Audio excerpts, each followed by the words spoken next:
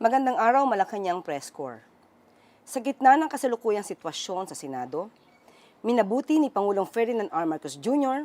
na maglabas ng Proclamation No. 1318 na nananawagan sa Kongreso na magkaroon ng special session bukas, June 17.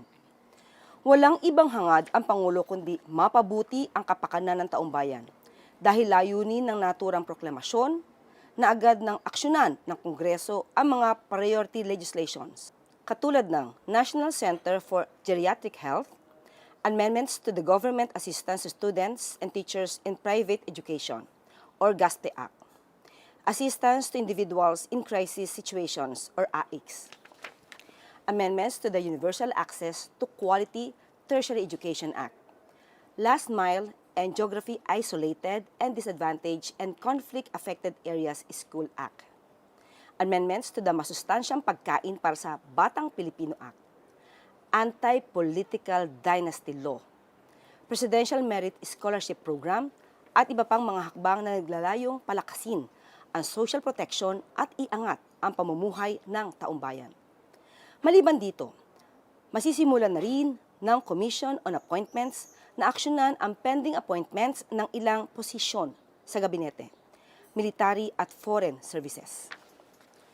Sa gitna ng mga hamon sa loob at labas ng bansa na sumusubok sa katatagan ng taumbayan, hindi ito ang tamang panahon upang magkawatak-watak ang puwersa ng Kongreso na dapat sana ay magsisilbing lakas ng sambayanang Pilipino sa mga ganitong pagkakataon.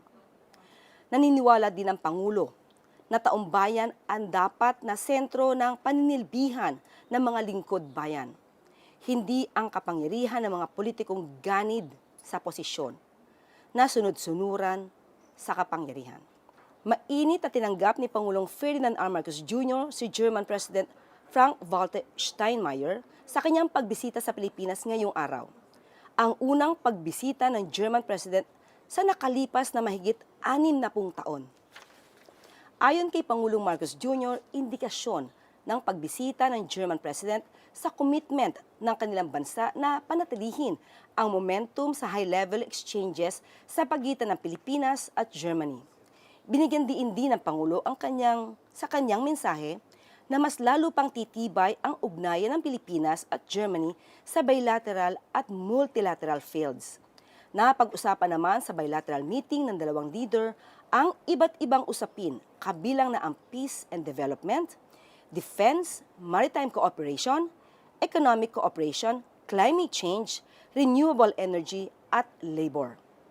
Partikular na pag-usapan ang tungkol sa pagsulong ng Pilipinas bilang pangunahing investment destination ng mga lumalagong German companies sa bansa. Pagpapanatili ng defense cooperation lalong-lalo na sa paglagda ng defense cooperation arrangement at ang pag-alalay ng ilang German companies sa modernization ng Philippine Coast Guard. Mapanatili ang matibay na suporta ng Germany sa mga karapatan ng Pilipinas sa ilalim ng UNCLOS at Arbitral Award. Pagsuporta ng Germany sa chairmanship ng Pilipinas sa ASEAN. Masiguro ang kapakanan ng mahigit 45,000 ng mga overseas Filipino workers sa Germany. Patuloy na pagsuporta ng Germany sa TechVoc projects ng Pilipinas. At patuloy sa paghikayat sa climate cooperation sa ilalim ng GIZ initiatives. Maaari na po akong tumanggap ng inyong mga katanungan. Unang tanong mula kay Maricel Halili ng TV5. What was the reaction of the President when he learned that China imposed sanctions against Secretary Guibo? How will this affect our relationship with China? Nagsalita na po ang DFA patungkol dyan. Ang China ay may sariling batas, may sarili silang polisiya. Gayon din naman po ang Pilipinas. Si Secretary Guibo bilang Defense Secretary ay gumaganap lang sa kanyang tungkulin, sa kanyang mandato na naaayon sa batas, naaayon sa konstitusyon at naaayon sa polisiya ng administrasyon. Sunod na tanong mula kay Ann Soberano ng Bombo Radio. Ano po ang reaksyon ng palasyo sa pahayag na mismong si Vice President Sara Duterte ang posibleng tumayong testigo sa kanyang impeachment trial? Nararapat lamang po dahil kung siya po ang siyang inuusig sa mga ganitong klaseng impeachment trial, nararapat lang na siya po ang magsalita at magpaliwanag at siya mismo ang makapagbibigay ng kanyang tamang tugon para maipaliwanag niya at malinis niya ang kanyang pangalan. Sunod na tanong mula kay Rafi Ayeng ng Daily Tribune. On the possibility na hindi matuloy ang impeachment ni VP Sara dahil siyam sa mga senador ang may kaso hinggil sa flood control scam. Kung makakasuhan lahat at maaaresto, 15 na lang ang matitira. Ano po ang reaksyon ng Malacanang dito? Siguro hindi lamang po reaksyon ng Malacanang ang dapat nating alamin, kundi reaksyon ng taong bayan. Sa ngayon po ay hindi po siguro natin to dapat na problemahin dahil meron pa pong 22 senators na active at nandiyan at umaaten naman sa kanilang mga sesyon. Sana lahat sila ay umaten sa mga tamang mga pagkakataon at sa tamang oras. Sunod na tanong mula kay Alvin Baltazar ng Radyo Pilipinas. Any statement from Palace regarding reports that US and Iran have reached an agreement to end the war and open the Strait of Hormuz? Follow-up question, may ginagawang assessment ba ang palasyo through its economic managers kung gaano kalaki ang magiging epekto sa bansa ng posibleng pagbabalik ng normal na oil supply sa global market, and do we expect na bababa na din ang presyo ng kuryente and transportation? Siguro hindi lang naman Pilipinas ang nagnanais na maayos ang gusot sa Middle East. Pero dahil dito, tinanong po natin mismo ang opinyon ni Secretary Arce Balisacan at ito po ang kanyang tugon sa katanungan na yan. Ito po, we are gathering info for our assessment. The indications are that, given the destruction of logistics, damaged infrastructure, and the depletion of inventories, it may take months before global prices fall to pre-war levels. Still, the development will benefit the country as we remain dependent on imported fuel from the Middle East. End of quote. Sunod na tanong mula kay Tristan Nodalo ng Newswatch. Viral story po ngayon ang kwento ng isang byuda na namatayan ng asawa matapos umanong i-deny ng ospital ang paggamot sa kanya dahil sa 24-hour confinement policy ng PhilHealth. Marami po ang nadismaya sa healthcare system ng bansa dahil sa pangyayaring ito. May direktiba po ba si Pangulo para matiyak na hindi ito mauulit at mapakinabangan talaga ang PhilHealth? Alam na alam po natin kung paano po nagpupursige ang Pangulo natin para po mapaganda ang healthcare ng bansa. Nandiyan na nga po ang zero balance billing, nandiyan na rin po ang pagpapalaki ng coverage sa PhilHealth. So, tandaan po natin, ang outpatient po ay covered po ito ng PhilHealth. So, kung meron man mga tao na hindi po na-explain mabuti ang coverage ng PhilHealth, yan po ay dapat na maimbestigahan. Hindi po nais ng Pangulo na dapat na mga kababayan natin ay nabibigyan po ng ayuda pagdating po sa kalusugan nila, pero hindi na ibibigay dahil sa maling pag-i-implement. Hindi po yan nais ng Pangulo. So sa ganitong pagkakataon po, talaga pong dapat paimbestigahan. At tayo rin po ay nagsasabi na rin sa lahat ng mga taga-PhilHealth, kung sino man yung mga PhilHealth staff or assigned sa mga hospitals or sino man ang nagpo-process ng mga benepisyo ng mga kababayan natin. Sana po ay maging aware kayo sa lahat ng mga coverage para po maibigay niyo po yung tamang information sa ating mga kababayan. Dahil kung mali po ang maibibigay niyong impormasyon, maaari po ito makaapekto at makadanyo sa ating mga kababayan. So, titingnan po natin, hindi pa po natin alam kung sino ang may pagkakamali dito, pero ipinag-uutos po ang tamang at masusi na pag-iimbestiga dito. Dahil hindi po ito dapat maulit kung totoo na PhilHealth staff ang nagkaroon ng pagkakasala dito. Sunod na tanong mula kay Ian Cruz ng GMA. Yusek, dapat po bang paniwalaan ang sinabi ni Vice President Sara Duterte, and I quote, "Hindi ko gusto agawin yung posisyon ni Bongbong Marcos. Gusto ko makita ng taong bayan hanggang sa dulo kung gaano kawalang hiya si BBM." End of quote. Alam naman natin si Vice Presidente ay paiba-iba ng kanyang mga sinasabi. Kung matatandaan niyo po, July 19, 2025, siya mismo ang nagsabi sa mga kababayan habang siya ay nakikipag-usap o nagsasalita before the Filipino community. Ang sabi niya sa The Hague or sa Netherlands, July 19, 2025, sabi niya, lahat sila ay nagnanais na pababain sa pwesto ang Pangulo. kasama siya sa nais na magpababa sa Pangulo. Kaya siguro mas dapat nating isipin kung ang mga sinasabi ba ng Vice Presidente ay pampolitika o nasa puso niya o nasa utak niya. Dahil pa iba-iba ang kanyang naratibo. Hindi makakaila ang nais niya. Pabaksakin ang Pangulo, patalsikin ang Pangulo sa pwesto. Pati ang kanyang mga kaalyado, nandiyan ang mga gawain, nandiyan ang paninira sa Pangulo. So, sa sinasabi niyang walang age, siguro mas maganda na siya mismo ang humarap sa salamin at malaman niya kung sino ba talaga ang walang age. Kasi sumasalamin ang pagiging walang age sa mga gawain ng kanyang ama. Nandiyan ang pagpapatay, nandiyan din ang pagkakaroon ng mga assassin, nandiyan din yung mga pagbabanta sa mga maliliit na kababayan natin na nakita natin na ginawa ito sa loob ng isang bar. So, sino ba talaga ang walang age? Sunod na tanong mula kay Ivan Mayrina ng GMA. Sabi ninyo kamakailan gusto ng Pangulo na mauna ang Senado na magkasundo bago patawag ng special session. Else, mababaliwala ang gusto ng Pangulo. Ibig sabihin ba sa ngayon ay naayos na? Sa ngayon po, hindi natin alam kung ano ang tunay na sitwasyon sa Senado. Pero, of course, ang gusto ng Pangulo ay magkaroon ng kaayusan sa Senado dahil kailangan sila talaga magtrabaho.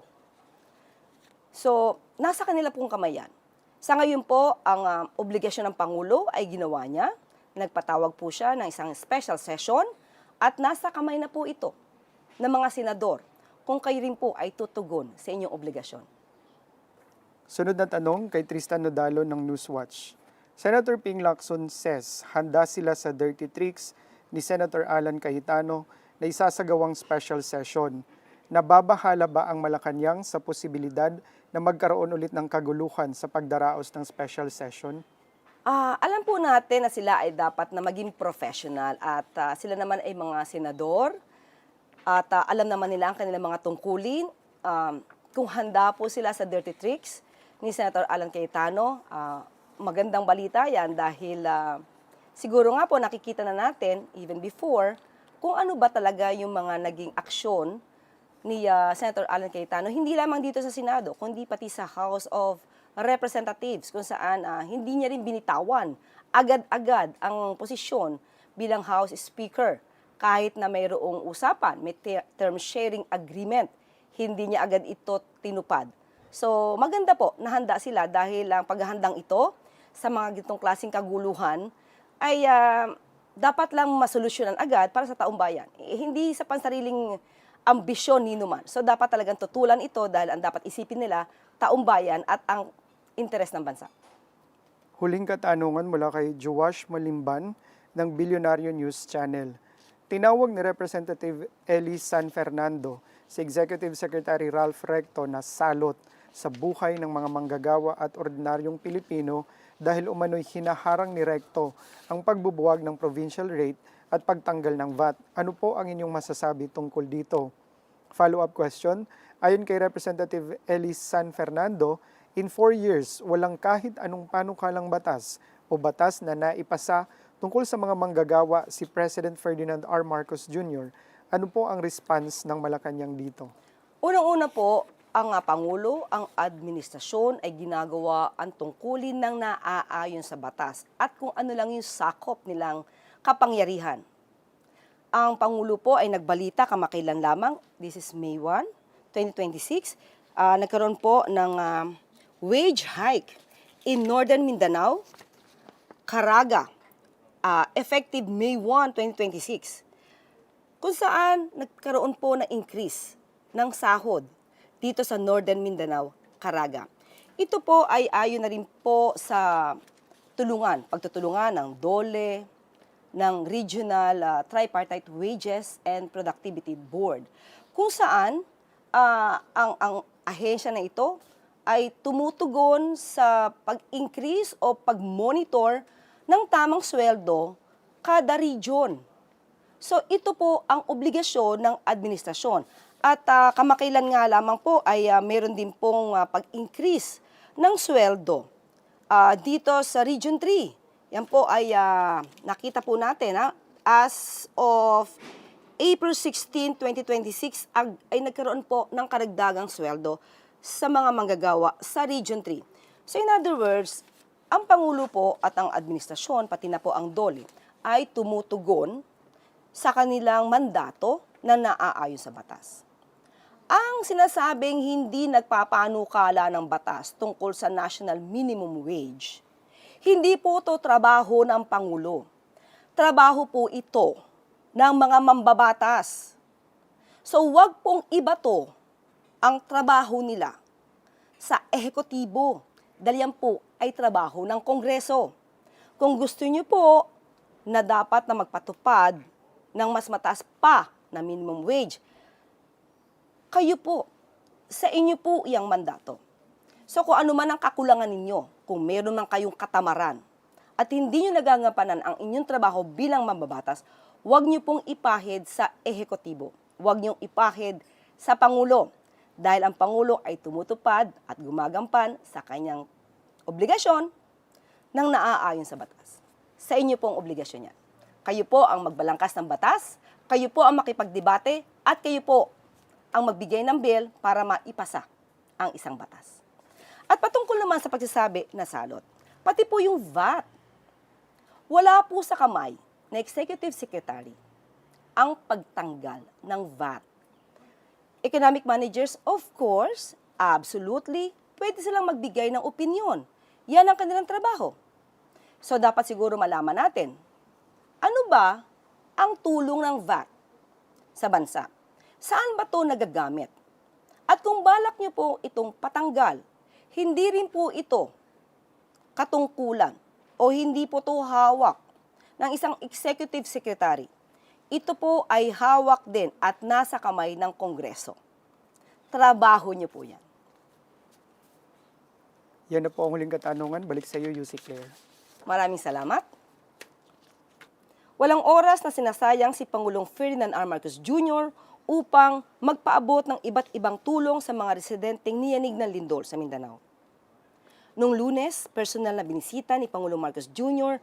ang mga biktima ng lindol sa Sarangani Province at General Santos City kung saan namahagi siya ng aabot sa 278 million pesos cash assistance sa mga lokal na pamahalaan na lubhang tinamaan ng pagyanig. Ang Sarangani Province at General Santos City ay makakatanggap ng tig 50 million pesos. Tig 30 million pesos naman ang South Cotabato at Sultan Kudarat, habang tig 20 million pesos ang Davao Occidental at Glan Sarangani, at 15 million ang lokal na pamahalaan ng Zamboanga City. Makakatanggap din ng tig 3 million hanggang 10 million pesos ang 12 iba pang apektadong LGUs.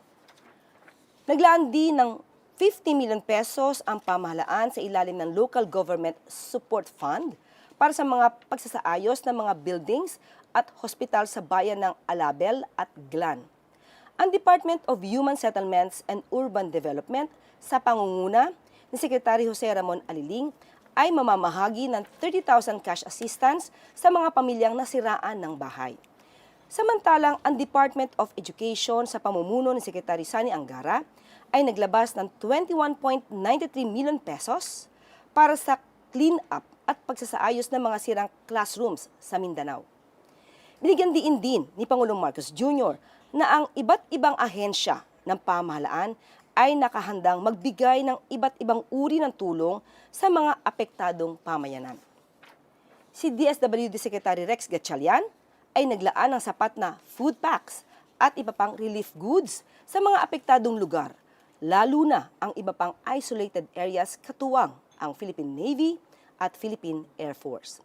Sa utos ng Pangulo, nabuksan na ng DPWH sa pangunguna ni Secretary Vince Dizon ang Sapu-Masla Bridge sa Malapatan, Sarangani at iba pang bahagi ng Sarangani Davao del Sur Coastal Road sa Glan, Sarangani.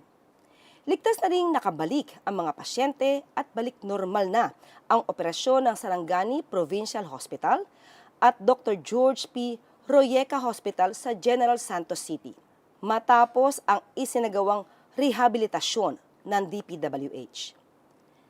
Ang Department of Health sa pangunguna ni Secretary Ted Herbosa nagpadala na rin sa Sarangani at General Santos City ng mga hygiene kits, gamot, vitamins at iba pang medical supplies. Dumating na rin ang Philippine Emergency Medical Assistance Team ng DOH Cotabato Region Medical Center upang magbigay ng karagdagang tulong medikal. Patuloy din ang DOE sa pangunguna ni Secretary Sharon Garin at ng National Electrification Administration sa pangunguna ni Administrator Antonio Mariano Almeda at mga kooperatiba sa pag-aayos ng kuryente sa Sarangani at General Santos City. Sa ngayon, lahat ng apektadong ospital ay may kuryente na. Ang DICT sa pangunguna ni Secretary Henry Aguda ay nagpadala na rin ng 19 Starlink kits sa Sarangani at General Santos City upang siguraduhin ang maayos na linya ng komunikasyon para sa emergency response. Sa gitna nito, nakiusap si Pangulong Marcos Jr. sa lahat ng mga residente na manatiling handa sa mga aftershocks at agad na sumunod sa abiso ng lokal na pamahalaan. Sinisiguro din ng Pangulo na hindi titigil ang pamahalaan sa pagpapaabot ng tulong hanggang sa muling makabangon ang lahat ng mga naapektuhan ng lindol. Alinsunod sa utos ni Pangulong Ferdinand R. Marcos Jr., naglabas ang Department of Budget and Management ng initial amount na 362 million pesos bilang suporta sa rehabilitation at reconstruction ng mga nasirang facilities sa Sarangani, General City at South Cotabato.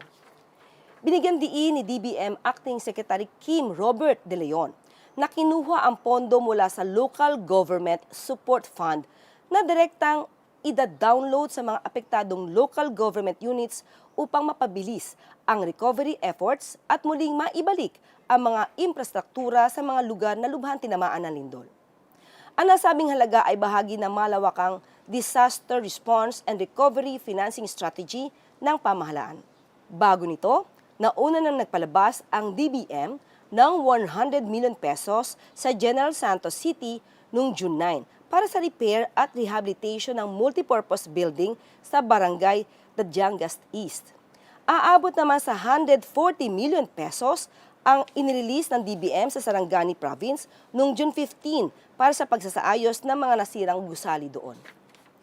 Kabilang din dito ang pag-ayos ng mga kalsada at ang pagtayo ng tulay sa alabel at rehabilitasyon ng ospital sa municipality ng Glan. Nagpalabas din ang DBM ng 122 million pesos sa South Cotabato bilang suporta sa nasirang kalsada na nagduduktong sa Barangay Akmonan at Barangay Kablon sa bayan ng Tupi. At bago po tayo magtapos, nakatakdang magtungo sa Kazan sa Russia bukas, June 17, si Pangulong Ferdinand R. Marcos Jr. para sa ASEAN-Russia Commemorative Summit. Inaasahang mapapakinabangan ng taumbayan ang presensya ni Pangulong Marcos Jr. sa Russia, partikular na sa usapin ng climate change, health, counter-terrorism, at transnational crime. Mahalaga rin ang partisipasyon ng Pangulo sa ASEAN-Russia Commemorative Summit upang mas lalo pang mapalawak ang ugnayan ng turismo sa pagitan ng Pilipinas at Russia. Bukod rito, mahalaga rin ang papel na gagampanan ni Pangulong Marcos Jr. sa paggunita ng ASEAN-Russia Commemorative Summit bilang host country ang Pilipinas sa ASEAN Summit ngayong taon. At lagi po natin tandaan, ang bagong Pilipino ay marunong tumanggap ng pagkatalo. May pusong nakasentro sa bayan at sa taumbayan. At dito po nagtatapos ang ating press briefing. Magandang araw para sa bagong Pilipinas.